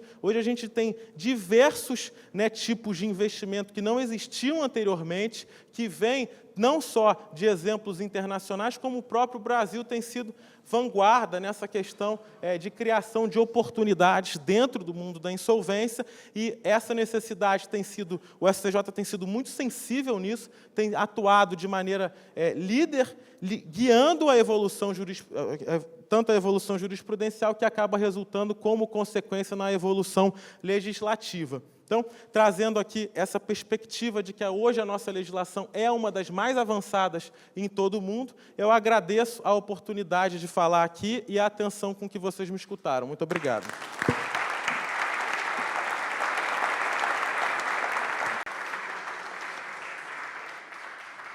Muito obrigado, doutor Luiz Felipe, por trazer esse panorama dos precedentes do STJ sobre a matéria, e também por trazer os números da pesquisa da FGV, muito relevantes, e vou me debruçar sobre esse tema aí nas próximas semanas. Passo a palavra agora à doutora Juliana Bumachar, que vai falar sobre mediação e tutela cautelar nas recuperações judiciais. Com a palavra, doutora Juliana. Bom dia a todos e a todas. Você me ajuda aqui. Obrigada. Agradeço imensamente o convite para participar mais uma vez do Fórum de Lisboa. Como todos já falaram aqui, sem dúvida nenhuma, é o maior evento hoje jurídico internacional. Cada ano melhora. Parabenizo ao Dr. Sidney Gonzalez, aos ministros Salomão e Gilmar pela organização do evento e pela excelência dos painéis. A gente tem a impressão de sempre estar num painel querendo estar no outro, porque a gente quer assistir tudo ao mesmo tempo. Cumprimento a todos os painelistas da mesa, nas pessoas do ministro Noronha, que já debatemos de longa data esse assunto, Dr. Tiago Gonzalez, doutora Bruna Marangoni, professor José Marcelo, Oreste, meu grande amigo, e Luiz Felipe Salomão, que hoje, sem dúvida nenhuma, é uma das referências da área de insolvência. Cumprimento a todos na plateia, nas pessoas da doutora Ana Reis, uma referência para mim, também nessa área. Doutora Silvia Fagnani, quem me ajuda, se não fosse ela, nos processos legislativos, eu estaria aqui muito mal. Doutora Alessandra Lama, que tem uma excelente atuação dentro da comissão, sem ela não seria possível. Doutora Daniela Lemos, hoje também uma grande parceira em Brasília.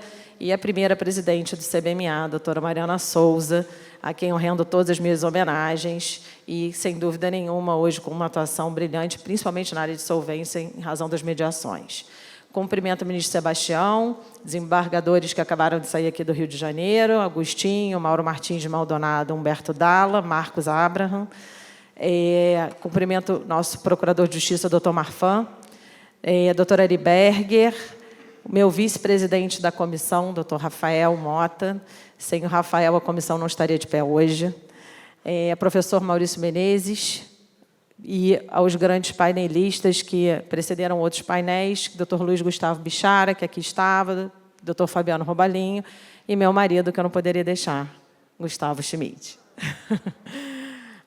Bom, eu fico muito feliz de ver hoje o movimento da paridade com as mulheres na insolvência. Então, grandes, exponentes aqui femininos, e a recuperação judicial hoje, sem dúvida nenhuma, dá um espaço muito grande. Não sei se vocês viram ontem, mas teve a recuperação de uma grande empresa em São Paulo. E aí, doutora, foi nomeada a doutora Joyce, que, como administradora judicial, uma administradora extremamente competente. O tema que a gente vai tratar hoje, de recuperação empresarial na economia global, sem dúvida nenhuma, é um grande tema no momento. Vários painéis ao longo desse fórum sempre traziam o tema da recuperação judicial. Tive a oportunidade de assistir o painel do agro e a toda hora se falava agro, como está crescendo o número de recuperações no agronegócio. Então, sem dúvida nenhuma, esse é um grande tema. Passamos por um momento de pandemia, passamos por um momento delicado de economia e os números de recuperação judicial só tendem a crescer. Já foi trazido aqui pelo Dr. Luiz Felipe a questão do número de recuperações e, sem dúvida nenhuma, se a gente comparar o último dado do Serasa, de abril do ano passado, com 93 recuperações judiciais, para o abril desse ano, seriam 184 recuperações judiciais. Então, a gente tem um aumento expressivo do número de recuperações ao longo dos anos. Mas eu trago uma reflexão. Mais de 70% dessas empresas são pequenas e médias. Foi trazido aqui também pelo Dr. Luiz Felipe, esse número de pequenas e médias empresas sendo as maiores empresas que pedem recuperação judicial. Então, sem dúvida nenhuma, a Lei 11.101 não está focada apenas e tão somente nas grandes empresas. A Lei 11.101 ela tem que ser também um acesso para as pequenas e médias, considerando o grande número de recuperações que ela representa. Outra reflexão que eu trago é: os sócios dessas empresas avalizam operações financeiras para aquela pessoa jurídica em recuperação judicial. Logo, como todos sabem, a novação que gera naquele plano de recuperação judicial é uma novação sui generis, diferente daquela do Código Civil, e não acarreta a extinção das obrigações ou a quitação integral do débito com relação à pessoa do aval. Isso quer dizer que aqueles sócios permanecem comprometidos com aquele pagamento. Outra reflexão que eu trago é com relação às instituições financeiras. As instituições financeiras, hoje, não detêm mais garantias reais de hipoteca e de penhor. As instituições financeiras, hoje, detêm garantias fiduciárias, seja por cessão de recebíveis, seja por alienação fiduciária. E, conforme já expresso na própria Lei 11.101, o artigo 49, parágrafo 3º, excetua esses créditos da submissão à recuperação judicial e, em jurisprudência mais recente, também informa e ratifica que as garantias, como foi até já muito bem abordado pelo ministro Noronha, as garantias precisam, nesse momento, valerem para que o crédito não esteja submetido ao processo de recuperação judicial. Além disso, nós temos o Marco Legal das Garantias, né, que é a Lei 14.711, de 23, que ela redefine toda a regra com relação aos empréstimos e altera substancialmente as regras de alienação fiduciária, já tivemos a oportunidade de debater isso, e impacta diretamente na cobrança da taxa de ocupação para bens declarados essenciais na recuperação judicial. Então, os devedores sempre defendiam que eu tenho um crédito por alienação fiduciária, mas tenho um bem essencial, esse bem essencial não pode ser, nesse momento, consolidada a propriedade ou determinada a sua expropriação, porque esse bem faz parte do rol de essencialidade. Todavia, hoje, com o Marco Legal das Garantias, existe uma cobrança de 1% do valor da avaliação do imóvel, em razão de taxa de ocupação para aquele proprietário fiduciário, quase sempre instituições financeiras. Foi dito aqui também pelo professor Marcelo a questão a respeito do tempo de duração de um plano de recuperação judicial, né? Então, se a gente for analisar a última pesquisa da BJ e da FGV, o tempo entre a impetração de um pedido de recuperação judicial até a aprovação de um plano são mais de 570 dias, né? E aí eu não estou falando de falência, como foi trazido, eu estou falando de recuperação, e ressalto, não estou falando de encerramento da recuperação, apenas, então, somente em marco zero da recuperação e aprovação do plano. Então, será que a gente não chega no momento de repensar o Instituto da Recuperação com alternativas que a própria lei prevê? Será que a gente não estaria, hoje, pensando numa recuperação apenas para credores quirografários, num retrocesso da moratória da concordata? Então, eu trago aqui uma possibilidade da gente refletir sobre o Instituto da Recuperação, não que ele não seja eficaz, e os números revelam que sim, mas para que ele também possa ser repensado de uma outra forma. E, nesse ponto, a Lei 14.112, que alterou a Lei 11.101, foi muito feliz. Não sei se tão feliz será o PL 3 de 2024, que hoje altera as regras de falência, hoje está, né, no Senado com o senador Jacques Wagner, mas que traz a figura do gestor fiduciário do plano de falência e altera substancialmente, inclusive, né, a doutora Oreste, como uma das maiores referências na administração judicial, regras do próprio administrador judicial, mas a 14.112 alterou a Lei 11.101 e trouxe de uma forma muito feliz a possibilidade de duas formas diferentes da que a gente tinha como falência e recuperação judicial. Ela altera substancialmente as regras da recuperação extrajudicial, e hoje a gente vê um crescimento substancial das recuperações extrajudiciais. Tem uma pesquisa da doutora Juliana Biolk, excelente com relação à recuperação extrajudicial, e que ela traz alteração de plano, da adesão ao plano de recuperação extrajudicial, hoje que é 1/3, com a possibilidade de se alcançar os 50% em 90 dias, o ingresso dos próprios trabalhistas na recuperação extrajudicial. Isso foi uma grande mudança, uma mudança relevante na Lei 14.112.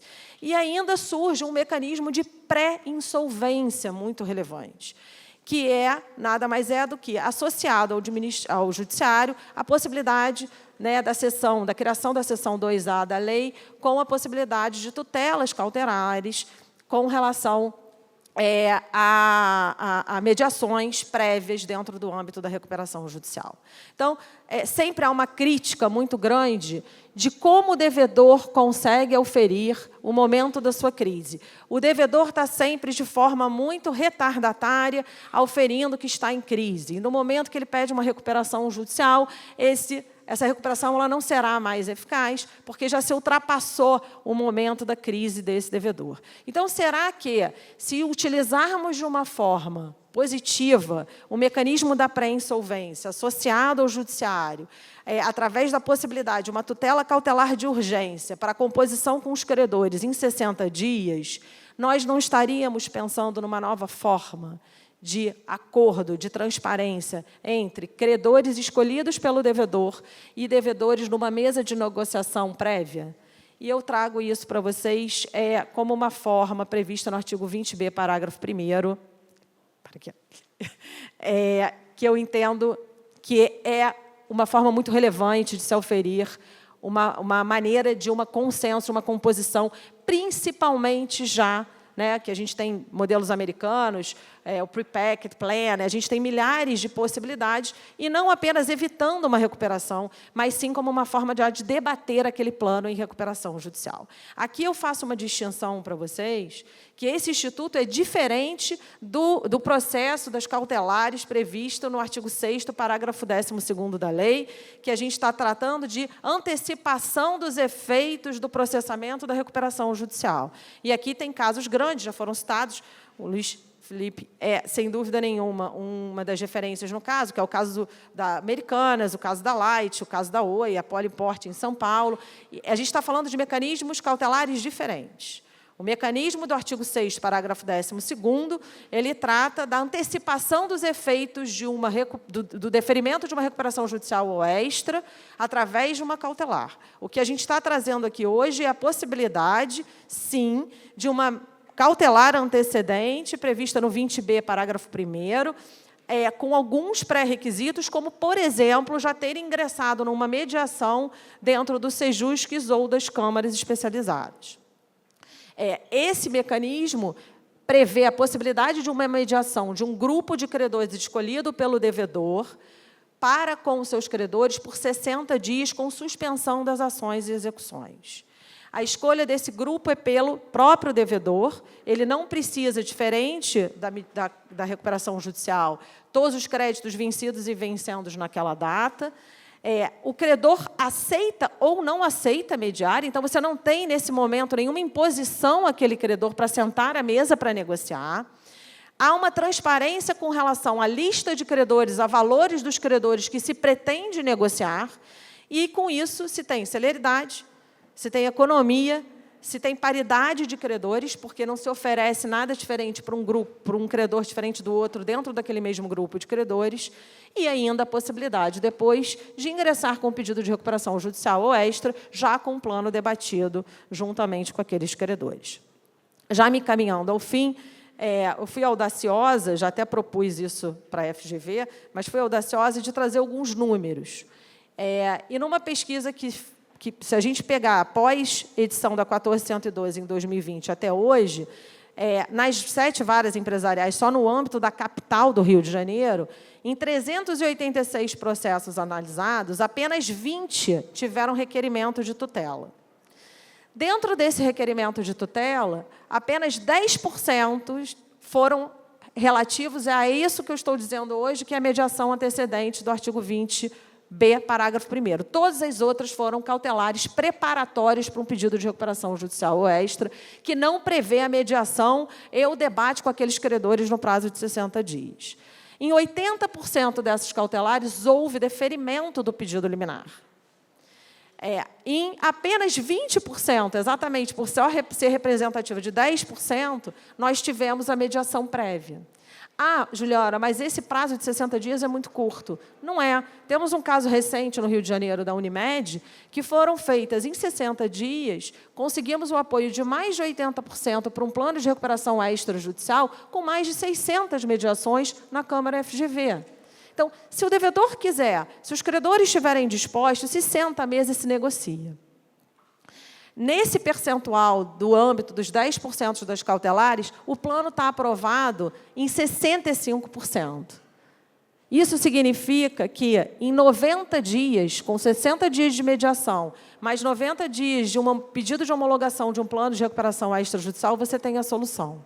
Muitas vezes sentados à mesa com credores, instituições financeiras que detêm uma garantia, credores fornecedores, que são essenciais para a atividade daquela empresa, credores trabalhistas, onde se pode chamar o sindicato para mediar. Então, trago aqui como uma reflexão, nesse momento, a possibilidade da gente pensar um pouco na recuperação judicial de uma forma pré-insolvência, conforme o próprio legislador teve a intenção com a inserção da seção 2A da lei através do artigo 20 da lei. Muito obrigada.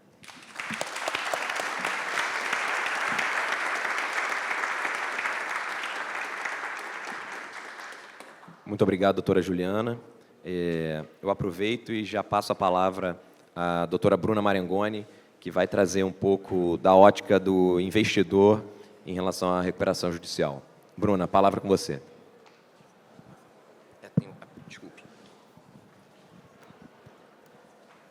Obrigada, Thiago. Queria agradecer novamente o convite de estar aqui esse ano de novo, participando desse evento, agradecer a IDP, FGV, o Sidney, ministro Gilmar. Dado o avançado da hora, vou encurtar e cumprimentar absolutamente todos, na pessoa do ministro Noronha, que iniciou o painel e colocou considerações muito valiosas sobre o Deep Finance. Como o Thiago mencionou, a minha convivência como investidora, né, advogada investidora, no ambiente de recuperações judiciais e falências, ela é pessoalmente voltada muito para a compra de ativos judiciais e líquidos, precatórios, direitos creditórios, mas no banco a gente olha também para imóveis estressados, carteiras de crédito inadimplidos, ou seja, amplamente ativos normalmente não precificados com facilidade, às vezes até pela própria empresa, pelo mercado, e aí também tentando fazer com que essa venda de ativos, ou como o Deep Finance, ajudem as empresas a se reerguer, a se reestruturar. Nesse sentido, essa experiência faz com que a gente acompanhe continuamente editais de leilões, olhe para estruturar Stalking Horse para conseguir viabilizar essas operações, enfrenta recursos de impugnações de credores e também acompanha de perto a evolução legislativa e do judiciário. Acredito que, olhando para o quanto a gente evoluiu no Instituto 10, 15 anos atrás do que a gente tem hoje, acho que a gente está no caminho certo. Eu sou uma eterna otimista. Então, acredito que, até como já foi colocado, antes a gente tinha uma visão aqui da falência, da recuperação judicial como algo ruim, uma condenação ao empresário falido, né, que deveria ser penalizado pelo Instituto. E eu acho que as evoluções recentes mostram que não é o caso, que ele é um meio, né, a recuperação judicial, a recuperação, a falência, eventualmente, se a empresa não é viável, ela não é nem o fim do mundo. Para empreender, é necessário tomar risco, né, e a gente tem que fomentar isso no país. Por conta disso também, acho que vale a gente mencionar como que funciona lá fora, né? Como a gente vê alguns exemplos, eu não sou acadêmica do tema, professora, então, mas a gente tenta se manter atualizado, e eu sei que em seguida será falado sobre o Fórum Shopping. Quando a gente olha para os Estados Unidos, qual, na minha visão, as principais diferenças? Celeridade, né? É um processo mais rápido. E aí, quando a gente olha para o Fórum Shopping, eu acho que, novamente, pode ser algo muito positivo se a empresa está buscando se recuperar, está buscando se reerguer. E também eu acho que vale mencionar a sistemática do Common Law, né? Tem pesquisas que mostram como os países que têm essa tradição do Common Law, elas são as preferidas para a recuperação. E a questão é por quê? Porque eu acho que é natural, como a economia é dinâmica, nós investidores estamos sempre sendo cada vez mais criativos.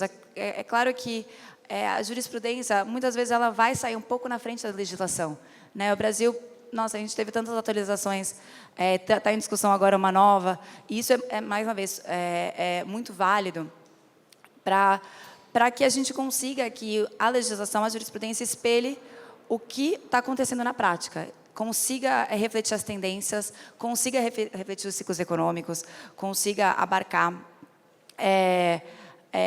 a criatividade empresarial, tanto do ponto de vista do falido ou recuperando, quanto, novamente, do ponto de vista do investidor. E aí, eu acho que eu vejo novamente com bons olhos a nossa evolução aqui. Acho que tem coisas muito favoráveis que têm acontecido no Brasil, como a proposição de planos pelos credores,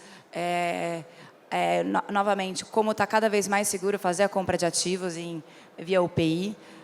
E isso faz com que, às vezes, até na hora de olhar para uma empresa, acho que a doutora Juliana também mencionou, para a gente tentar trabalhar isso, às vezes, antes da recuperação, porque, na prática, o que a gente observa é que, muitas vezes, é melhor para o investidor esperar uma recuperação judicial, esperar uma tutela por um juiz, organização de um processo, organização de credores, fila, né? De fato, ter uma visão clara de quais são os passivos da empresa. Então, quando a gente olha para como está bem colocado hoje esses processos de venda de ativo, acho que isso é muito positivo. O que eu vejo, e aí vou mencionar alguns exemplos de casos que a gente viu na prática, sem mencionar nomes, né? Não vou contar todos os segredos aqui do banco, mas eu organizei uma compra, uma empresa, de 2 ativos judiciais, era um precatório e um direito creditório, ambos de origem de discussão tributária. Foi uma operação estruturada via leilão, né? Sob a tutela de um juiz, no ambiente de recuperação judicial. Uma operação de alguma coisa em torno de R$200 milhões para a empresa. Ato contínuo, como era um caso tributário, a gente, junto com a empresa, tinha uma estrutura de earn-out, o que significa que parte do que a gente comprou pelo ativo foi no início da operação e parte seria se a gente conseguisse recuperar logo, rapidamente, o ativo.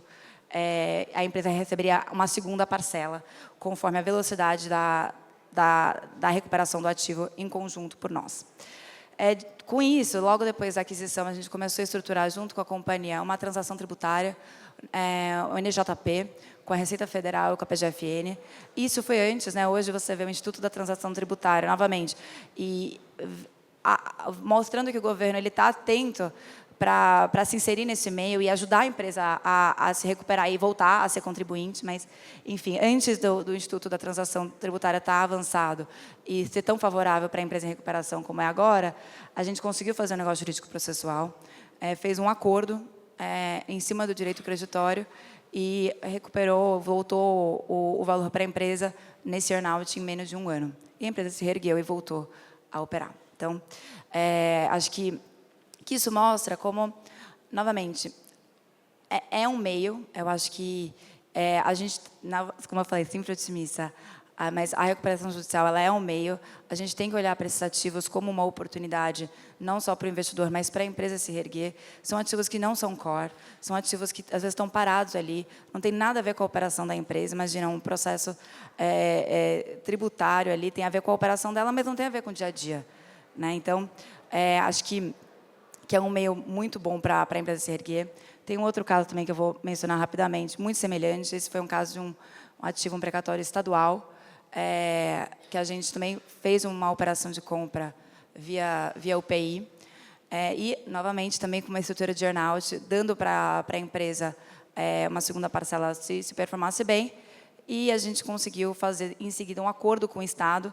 Na verdade, aqui foi até uma viabilização que a gente fez, porque esse precatório ele era o primeiro da fila e ele atrasava um pouco o pagamento de precatórios alimentares. Então, a gente fez um acordo com o Estado de parcelamento, justamente para conseguir desovar a fila. A vantagem de ser um banco, ser um player privado, nos dá muita flexibilidade para conseguir olhar para fazer um acordo, para fazer essa projeção no investimento e ver se cabe. E aí conseguiu desovar um pouco a fila e, novamente, também a empresa teve acesso ao earn-out antes do previsto e conseguiu sair da recuperação judicial. Então, acho que são exemplos aqui que eu queria trazer, só para trazer um pouco mais esse lado aqui. Como prometido, eu usei menos do tempo do que necessário, até mais do que eu previa, mas é isso. Muito obrigada.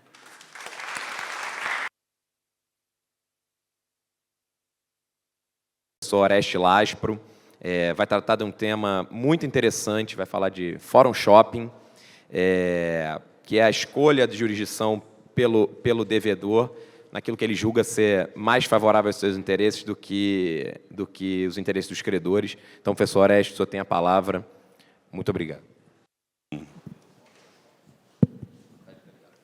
Muito bom dia a todos. Primeiro, agradecer a organização do evento, ao Dr. Sidney Gonzalez e ao ministro Gilmar Mendes pelo convite.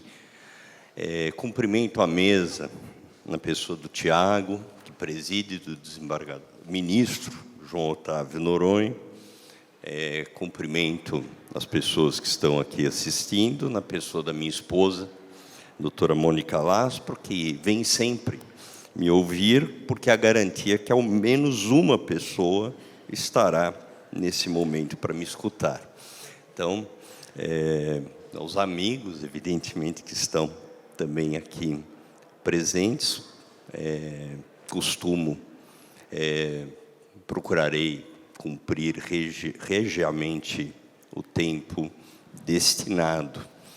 E o problema da recuperação judicial e a globalização, e me parece que, indo um pouco na linha do que o professor Zé Marcelo falou no seu início, mas discordando do seu entendimento das suas conclusões, evidentemente não nos cabe falar aqui a respeito das pequenas e médias recuperações judiciais.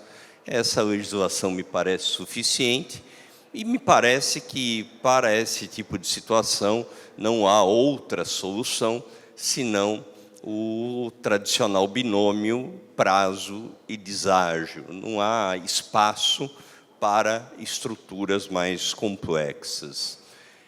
Dentro de um tema de economia global, que é o desse fórum, evidentemente que nos interessam as soluções para as grandes recuperações judiciais. E quando nós falamos em grandes recuperações judiciais, estamos nos referindo não somente àquelas transnacionais, isto é, aquelas recuperações ou reestruturações que envolvem ativos e credores em múltiplas jurisdições, mas também as grandes empresas nacionais que, embora não tenham ativos ou credores, ou esses credores internacionais possam se submeter à jurisdição nacional, já que todos os ativos estão aqui, mas me parece que, em ambos os casos, a solução que eu ouso propor é assemelhada. Eu digo isso pelo seguinte, porque existe uma convergência internacional no sentido de buscar soluções adequadas a essas grandes recuperações judiciais. Por quê? Por uma razão muito simples, não é um problema do Brasil, é um problema mundial. Ou seja, a crise não atinge só o Brasil, atinge todas as nações. E como nós devemos solucionar esse tipo de problema? Me parece que a Uncitral, que é o principal órgão de tentativa de regulamentação da matéria, ela patinou, e era natural no desenvolvimento dos seus trabalhos, por alguns anos.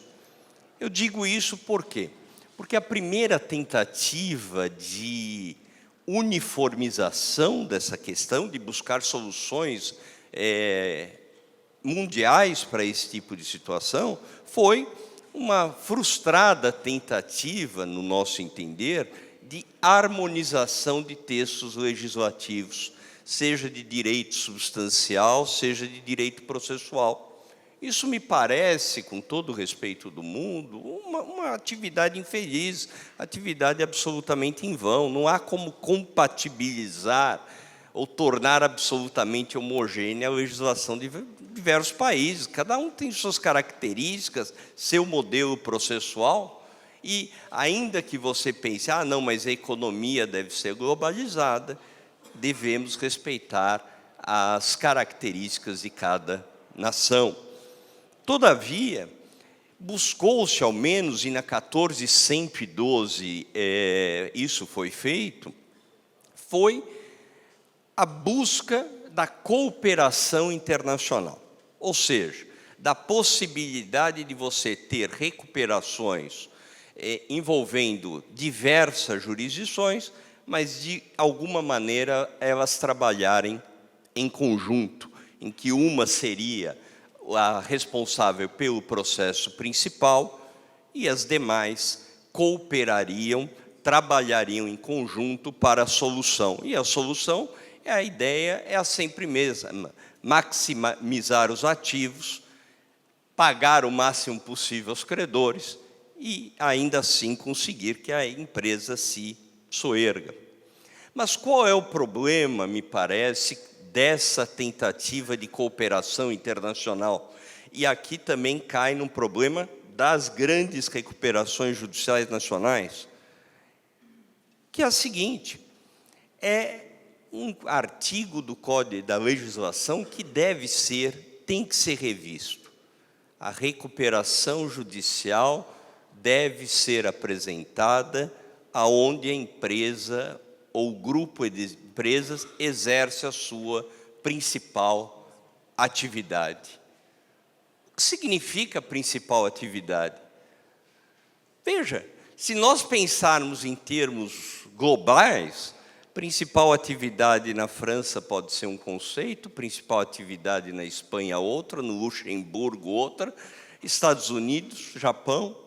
Ou seja, quem vai comandar essa recuperação judicial? Qual será a jurisdição principal? E em termos nacionais, onde temos grandes recuperações, também com grandes grupos de empresa, já começa a confusão, consolidação processual substancial, e a partir daí, aonde estaria a principal atividade?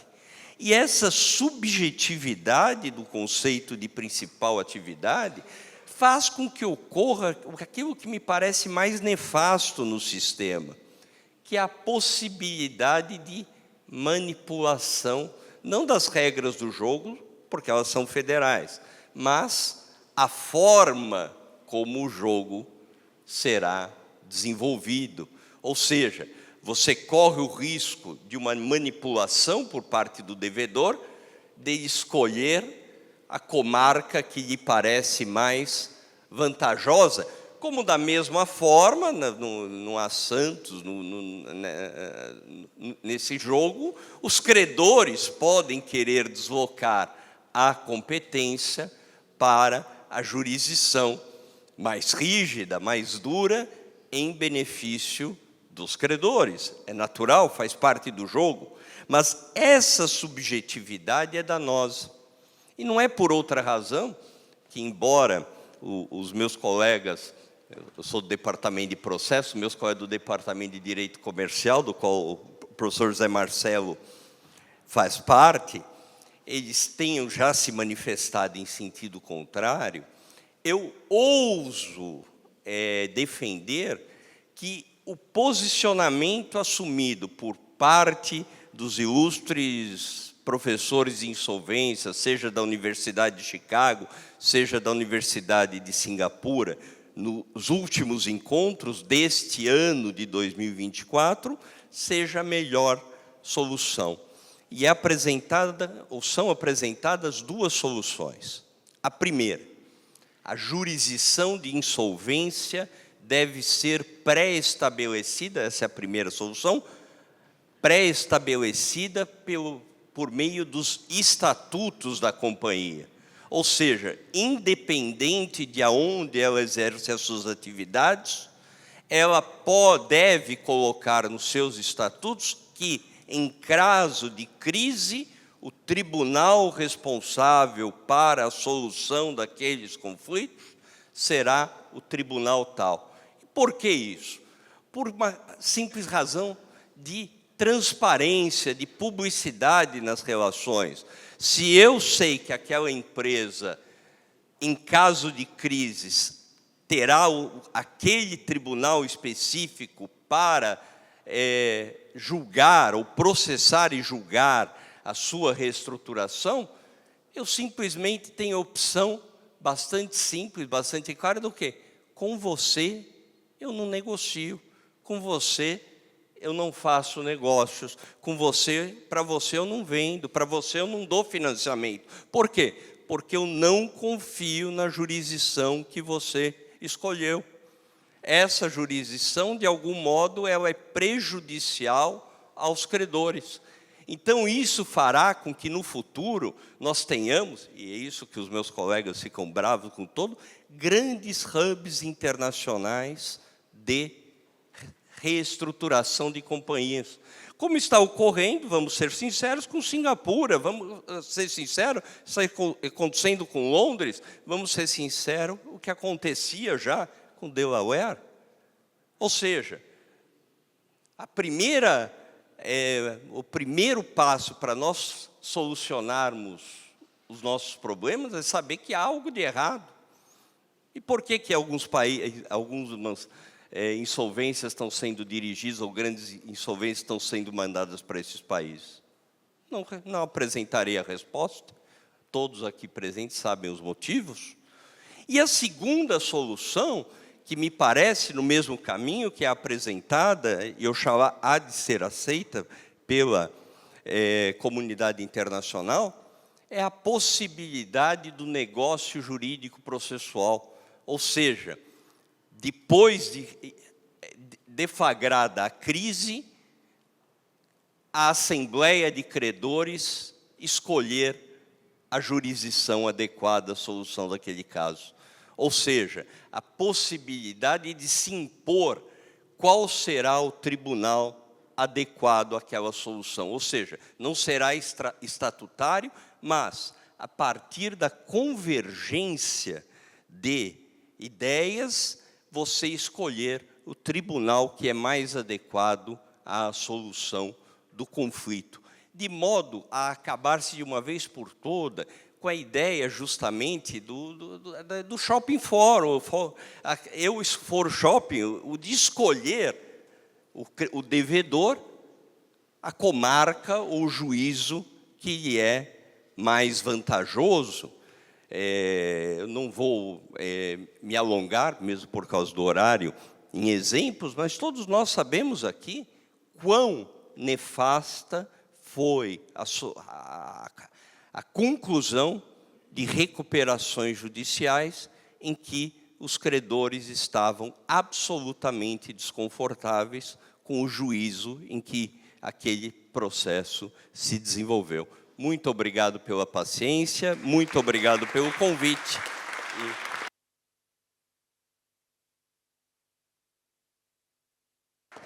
Gostaria de agradecer ao professor Oreste pela sempre enérgica apresentação. Muito obrigado pelo brilhantismo da palestra, professor Oreste. Estendo o agradecimento aos demais palestrantes e também à organização do evento pelo convite e declaro encerrado esse painel. Muito obrigado a todos.